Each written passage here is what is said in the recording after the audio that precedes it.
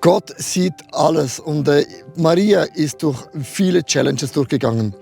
Die Bibel sagt nicht so viel, was hat sie gefühlt, was hat sie gedacht, wie kam zu dem, dass sie am Ende Gott einen, sag jetzt mal, einen Worship, einen Lobpreis, einen Dankesbrief geschrieben hat mit mega viel Dankbarkeit. Aber der Prozess, da sagt sie gar nichts und das muss ich mir mal vorstellen.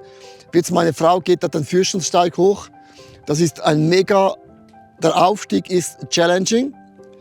Kann es nicht anders sagen. Und man geht schon einen langen Weg und es scheint kein Ende zu haben. Aber ich möchte dir sagen, Gott sieht wirklich alles.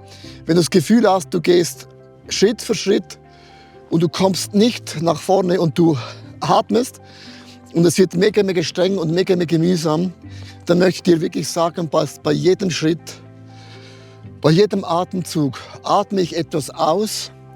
Das mag Enttäuschungen, Verletzungen sein. Und ich atme wieder ein, dass Gott ist jetzt hier, er genügt, es ist seine Kraft, es ist seine Güte, es ist seine Gnade.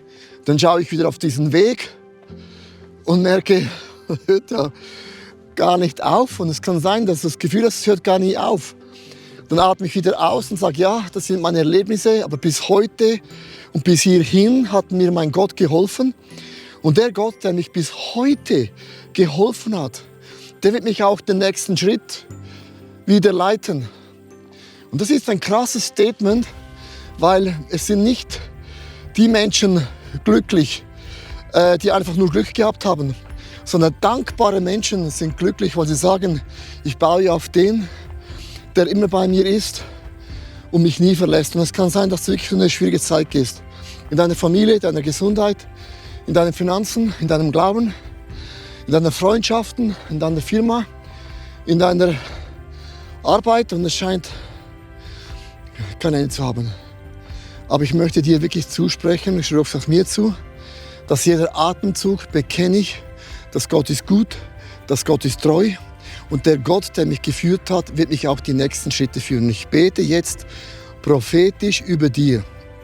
Vater im Himmel, du hast gesagt, wenn wir für Menschen beten, wirst du ein Wunder machen. Und ich segne dich jetzt, dass du weißt, dass die rechte, schützende, leitende, begleitende Hand Gottes über dir ruht.